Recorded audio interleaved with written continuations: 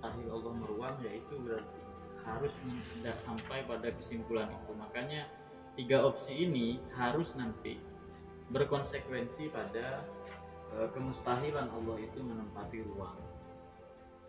Nah, jika Allah bertempat, maka ada tiga opsi. Satu, dia tidak terbatas pada semua sisinya. Yang kedua, dia terbatas pada semua sisinya. Yang ketiga, dia tidak terbatas pada sebagian, tapi terbatas pada bagian yang lain. Opsi yang pertama ini keliru. Kekeliruannya adalah ada dua. Yang pertama, dia bercampur dengan najis. Kalau Allah itu menempati semua sisi, berarti Tuhan ada di kotoran juga. Nah, ini tentu ta'ala Allah anzalika. Allah itu maha luhur. Opsi yang kedua adalah tadakhul. Tadakhul artinya saling memasuki ya. Kalau Allah tidak terbatas pada semua sisi, maka Allah itu akan tadakhul. Makanya repot menerjemahkan tadakhul. Di sini kalau kita memaknainya bercampur, kayak dia seperti kopi dan gula misalnya dicampur dalam air. Padahal tadakhul itu beda. Tadakhul itu seperti kita meletakkan buku di atas meja, maka tempat yang diisi oleh buku itu nggak bisa diisi oleh benda yang lain. Itu namanya tadakhul. Maka dia akan tadakhulul jismain. Nah, bercampur atau masuk, tapi masuk ini dalam ruang ya.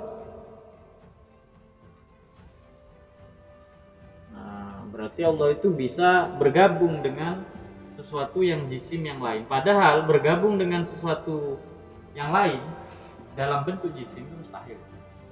Jadi saya contohkan, ketika Anda meletakkan buku di atas meja, maka tempat atau ruang yang dipakai untuk meletakkan buku itu nggak bisa dipakai untuk meletakkan apapun yang lain. Jadi kalau kita menumpuk dua buku, pasti itu nggak di satu tempat. Ini yang dimaksud dengan kemustahilan dua jisim itu bisa saling tadakhul, saling memasuki.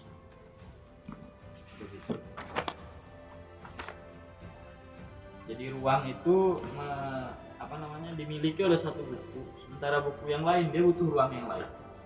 Gak mungkin satu ruang buku itu ditempati oleh dua buku. Makanya tadakhulul jismain ini termasuk satu yang mustahil juga. Jadi kalau Allah tidak terbatas pada semua sisi, satu opsinya adalah dia bercampur dengan najis, ini mustahil. Kemudian Allah akan tadakhulul jismain. Jadi kita akan menganggap dua jisim atau dua materi yang berada di satu tempat itu kita anggap jaiz, padahal itu jelas mustahil. Nah, maka berdasarkan ini, tentu opsi bercampur dengan najis ini benar atau salah, Roy? Salah.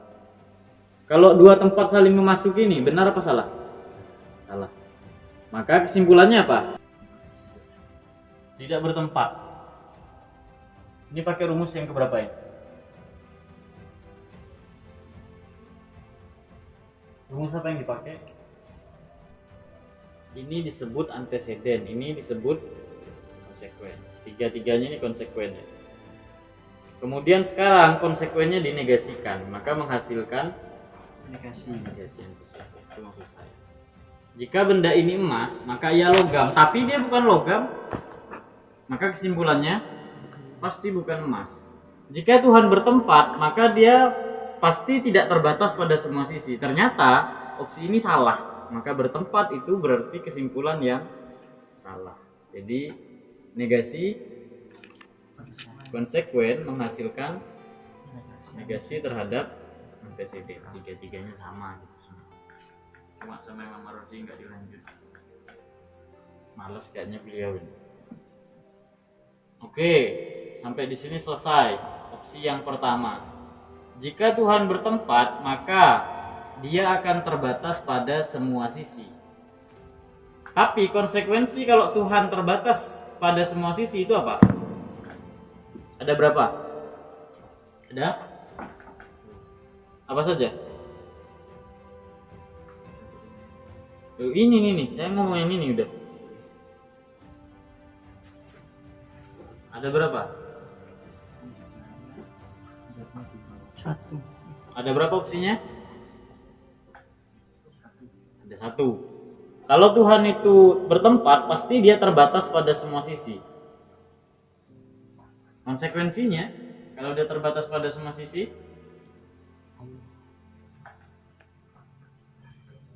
maka Tuhan Disayakan di bawah. maka Tuhan akan ada di bawah. Kan bagaimanapun seperti meja ini pasti ada bagian atas, bagian bawahnya. Artinya ada sisi-sisi Tuhan itu, karena katanya kan Tuhan terbatas. Kalau tadi tidak terbatas semuanya. Artinya kalau andaikan alam semesta itu meja, semua ini diliputi oleh Tuhan, tidak terbatas oleh meja. Tapi Tuhan ada di meja begitu. Enggak cuma di sini aja Tuhan itu. Nah sekarang enggak, seandainya alam semesta adalah meja, maka Tuhan itu terbatas pada sisi alam semesta ini saja. Maka pasti alam semesta itu memiliki sisi bawah atau sisi rendah atau sisi hina. Seperti itu. Padahal bahkan musuh kita pun atau lawan debat kita tahu, mereka itu akan menyifati Tuhan itu maha luhur, bukan maha rendah. Jadi maha rendah ini cuma satu opsi ya. Nah, kalau Tuhan itu terbatas pada semua sisi, berarti di bagian rendah juga ada Tuhan. Otomatis Tuhan di tempat yang rendah. Yang rendah itu maksudnya yang sepele ya, atau yang hina. Begitu. Dan ini dimustahilkan bahkan oleh lawan debat kita. Makanya sama Imam Ar-Razi nggak dilanjutkan opsi ini. Seandainya Tuhan ada di alam, pasti Tuhan itu akan terbatas pada sisi tertentu. Nah, berarti ada sisi yang lemah itu juga ada Tuhan di situ. Maka konsekuensinya Tuhan sebagai sesuatu atau dia yang terbatas itu mustahil. Kalau begitu kesimpulannya apa, Rohim? Kalau Tuhan ternyata terbatas pada semua sisi itu salah, kesimpulannya?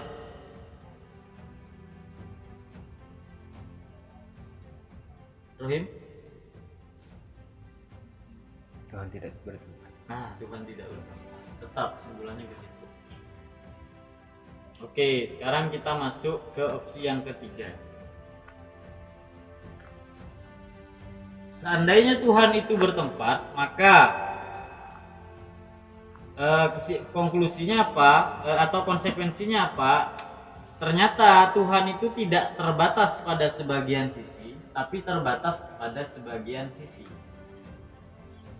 Jadi kita menganalogikan tadi, andai kata alam semesta itu adalah meja ya. Berarti di tempat tertentu Tuhan itu terbatas, katakanlah bagian bawahnya. Artinya Tuhan nggak sampai ke bagian bawahnya bawah, nggak berhenti di sini Tuhan. Tapi kalau ke bagian atasnya enggak, ini terus ada Tuhan di sini. Walaupun alam semesta sampainya di sini. Maka akan ada berapa opsi?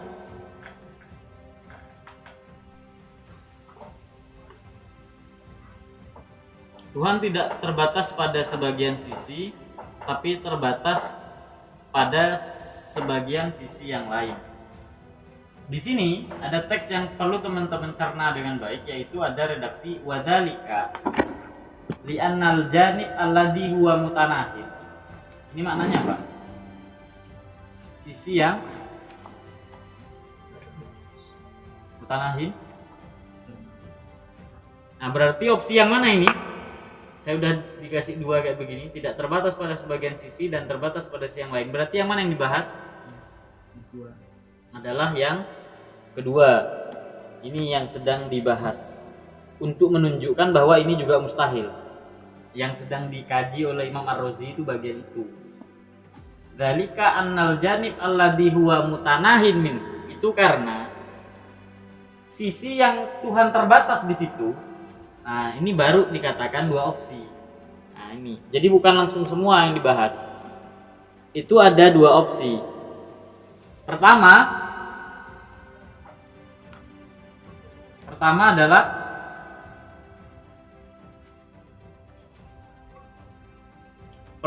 sisi yang terbatas ini berstatus sama.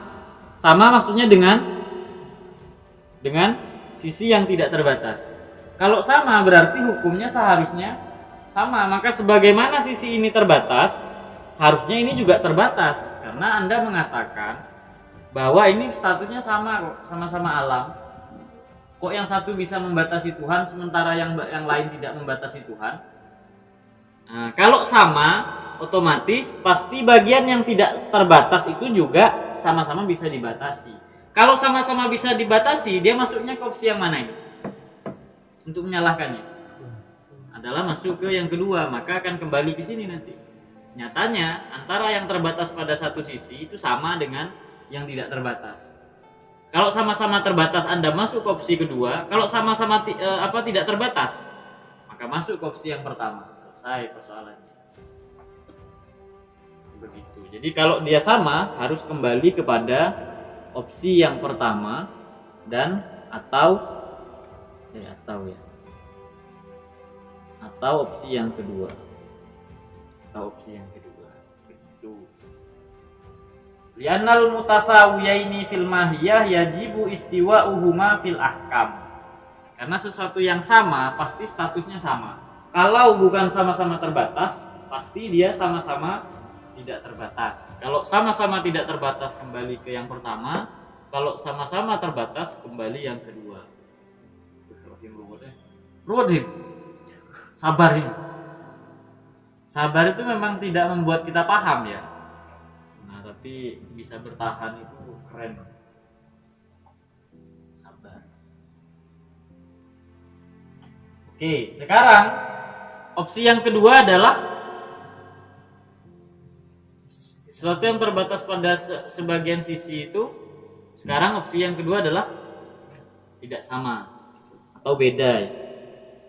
Kalau beda konsekuensinya bisa hilang, konsekuensinya mungkin terpisah. Oke, tarkib yang betul. Itu kan ada lazima kaunu dzatihi ta'ala murakkab. Maka dia pasti akan tarkib. Kalau tarkib konsekuensinya baru yang tadi disampaikan oleh Reza, oleh Dita. Kalau dia tarkib, maka nanti memungkinkan dia tafarruq, beda, terpisah, penyap dan lain sebagainya. Kenapa? Karena sesuatu yang tarkib itu meniscayakan dia itu sesuatu yang tersusun.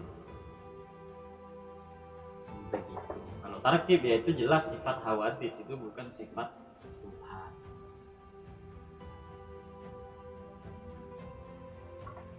Dengan demikian, opsi yang ketiga ini bahwa Tuhan tidak terbatas pada sebagian tempat atau sebagian sisi dan bisa terbatas pada sebagian yang lain itu juga keliru.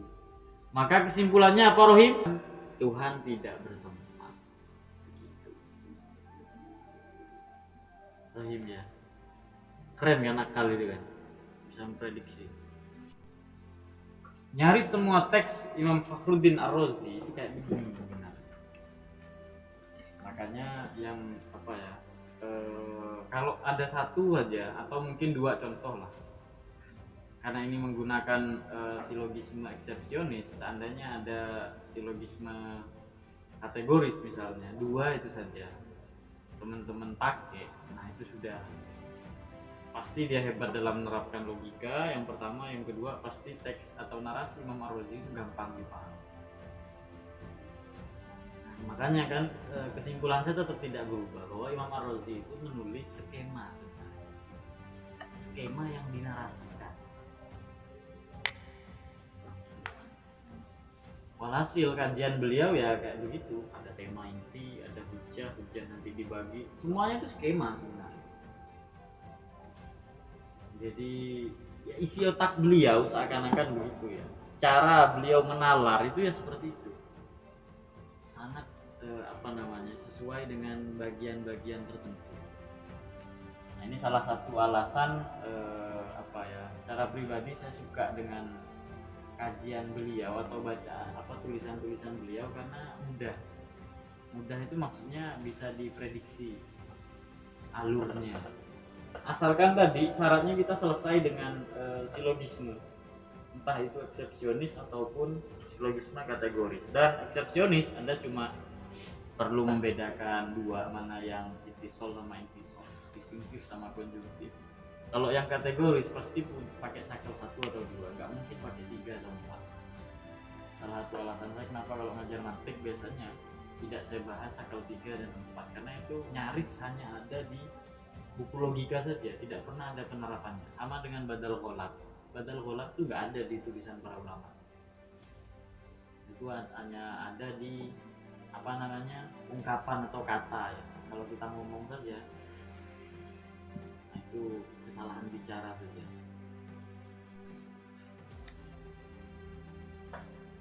Oke, satu lagi al-hujjatul salisa. Gerak itu bisa didahului oleh kondisi sebelumnya. Kondisi sebelumnya berarti sebelum gerak ya. Kan kalau gerak A misalnya dari titik A menuju titik B, jadi itu disebut gerak. Jadi ketika ada di titik B, pasti dia sudah melewati titik A. Nah, maka faidan hakikatul harokah taqtadi ta'addud. Ketika Anda menyatakan gerak, pasti dia meniscayakan ta'addud, keberbilangan. Ya, karena setidaknya ada 2 titik yang harus dia lewati. Titik A dan titik B. Nah, kalau dari titik A saja ya itu nggak bergerak, atau di titik B saja ya nggak bergerak. Tapi kalau awalnya dia di titik A lalu menuju titik B, maka itu disebut gerak. Halaman 62, dibuka halaman 62. Itu yang paling gampang, ini definisinya. Ini yang definisinya ya. Annal harokat haqiqatuha wa mahiyatuha intiqalun min halatin ila halatin. Sesungguhnya gerak haqiqatuha definisinya, wa mahiyatuha dan esensi gerak itu apa? Intiqalun min halatin ila halatin. Jadi yang dimaksud gerak itu adalah perpindahan, intiqal. Gerak itu adalah perpindahan min halatin ila halatin, dari satu kondisi menuju kondisi yang lain. Itu yang disebut dengan gerak. Ini definisinya ya. Fal harokah masbuqatun bil halatil muntaqilah. Jadi pasti gerak itu didahului oleh kondisi sebelumnya. Nah, begitu. Ada kondisi sebelumnya. Faidan dengan demikian haqiqatul harokah taqtadi al masbuqiyah bil ghair. Gerak itu meniscayakan al masbuqiyah bil ghair. Dia didahului oleh yang lain. Sementara haqiqatul azal, sementara keazalian hakikatnya adalah la taqtadi al masbuqiyah bil ghair. Dia tidak boleh didahului oleh yang lain. Makanya gerak dengan keazalian itu adalah hal yang kontradiktif. Nah, bisa disimpulkan kalau gerak itu pasti baru, sementara sesuatu yang qadim pasti dia tidak bergerak. Walaupun tidak bisa dikatakan diam ya. Pembahasannya ini di Masakinah, nanti ada. Sebelumnya udah dibahas. Jadi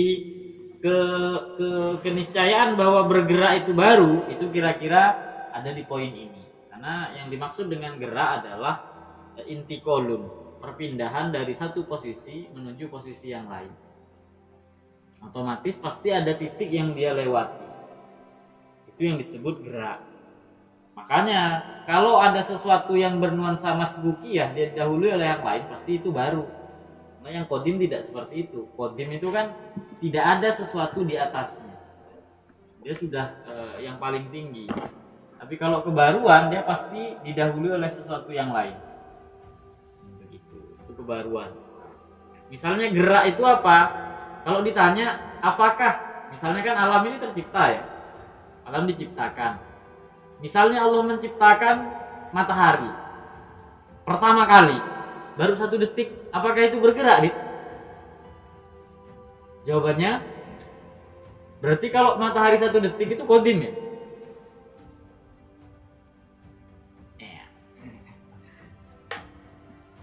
Hafid, bergerak maksudnya baru 1 detik ini. Bukan di titiknya poinnya bukan di situ. Kurang pas. Reza. Ya, kenapa? Diciptakan baru. Nah, dari tidak ada yang itu. Dari tidak ada menjadi ada. Makanya apapun yang seperti itu, ketika saya bilang tadi matahari baru diciptakan pertama kali ini oleh Tuhan.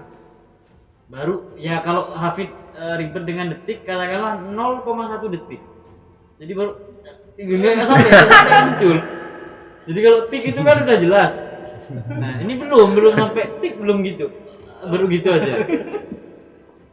Nah, misalnya seperti itu tetap saja baru karena ada yang berubah kok. Nah, ada yang ingat tadi definisinya ya. Intiqalun min halatin ila halatin. Jadi teman-teman ketika tadi saya katakan titik A menuju titik B, titik A itu nggak harus benda gitu. Dari Malang ke Surabaya itu nggak harus seperti itu. Boleh jadi titik A itu adalah ketiadaan menuju ada. Nah itu. Makanya nggak sampai 1 detik saja dia sudah baru karena dia tetap berubah loh. Begitu deh. Jadi salah jawaban Dita kalau dibilang matahari baru 1 detik itu udah bergerak loh. Belum. Nah, kalau belum kan kodim jadinya. Enggak, dia tetap bergerak. Setidaknya tadi dengan teori kudus. Teori kebaruannya. Jadi teman-teman jangan terpaku pada contoh min halatin ila halatin itu yang dimaksud adalah satu tempat dari Kepanjen ke Malang misalnya, bukan gitu. Boleh jadi dari yang nggak ada menuju ada. Jadi nggak harus sesuatu yang pertama, halah yang pertama itu bermakna halah yang maujudah. Boleh jadi dia ma'dum. Awalnya matahari nggak ada kok sekarang tiba-tiba ada. Nah, jadi geraknya di mana?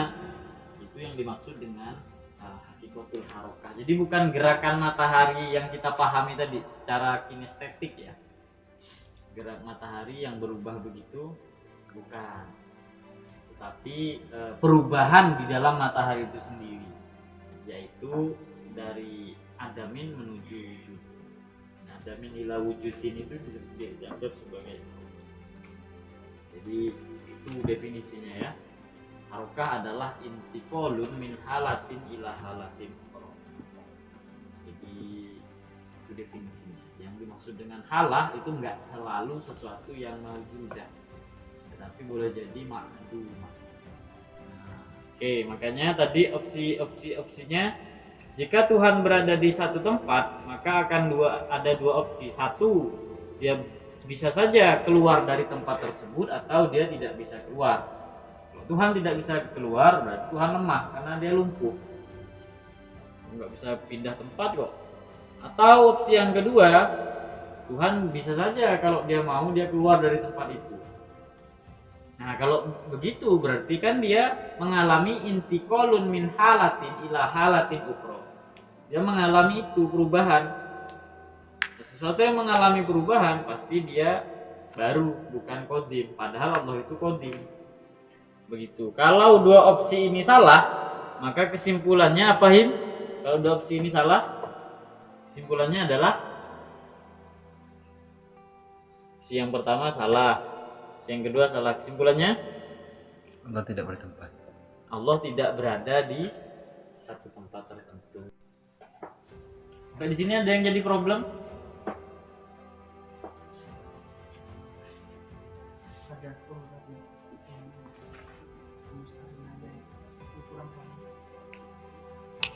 Sampean enggak sebentar sebelum ke contoh itu lo ditafsir sampean ada perbedaan antara kelezatan materi dengan kelezatan ruhani. Yang pertama kata Imam Ar-Razi di tafsir yang sampean tulis dan sampean terjemahkan itu isinya adalah satu, kelezatan materi pasti bukan substansi menuju substansi, tapi sesuatu yang di luar. Bagian permukaan kan begitu. An-nasatih begitu. Satih artinya permukaan ya. Permukaan yang Anda makan, katakanlah misalnya kita makan apel, permukaan apel itu menyentuh pada permukaan lidah. Lalu terasa nikmat. Padahal itu bukan hubungan antara esensi itu ya. Itu aksiden itu. Jadi kalau kita minum kopi, aksiden saja yang di lidah terima. Ini hanyalah sentuhan saja, sentuhan bagian terluar. Beda dengan ilmu dan akal atau jiwa. Karena ilmu itu esensi, jiwa itu esensi. Keduanya menyatu sehingga jiwa menjadi betul-betul sesuatu yang baru. Ini maksud tadakhul itu di situ Imam Ar-Razi menggunakan tadakhul. Kenapa? Karena mustahil memang sesuatu yang materi itu substansinya bisa bergabung itu mustahil. Pasti yang bisa bertempat pada hal yang lain itu bukan substansinya, tetapi dia hanyalah sensasi atau aksidennya saja. Hanyalah permukaan luar dari makanan yang menyentuh permukaan luar dari lidah, bukan substansi lidah yang mengkonsumsi substansi makanan, bukan. Gimana?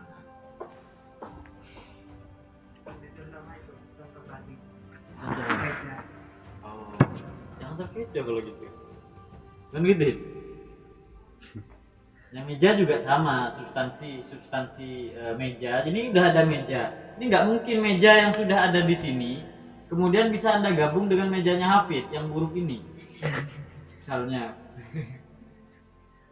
Bisa nggak ini digabung misalnya? Bisa nggak, Dit? Saya tahu Dit jawab bisa.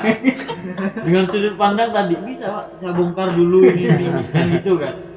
Pasti itu ada sisi seandainya Dita membongkar meja itu tentu saja yang dimaksud bergabung adalah menempelkan sesuatu pada sesuatu yang lain.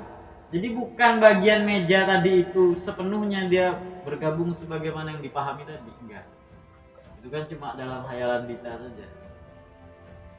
Bergabung, kumpul kebo apa gitu-gitulah.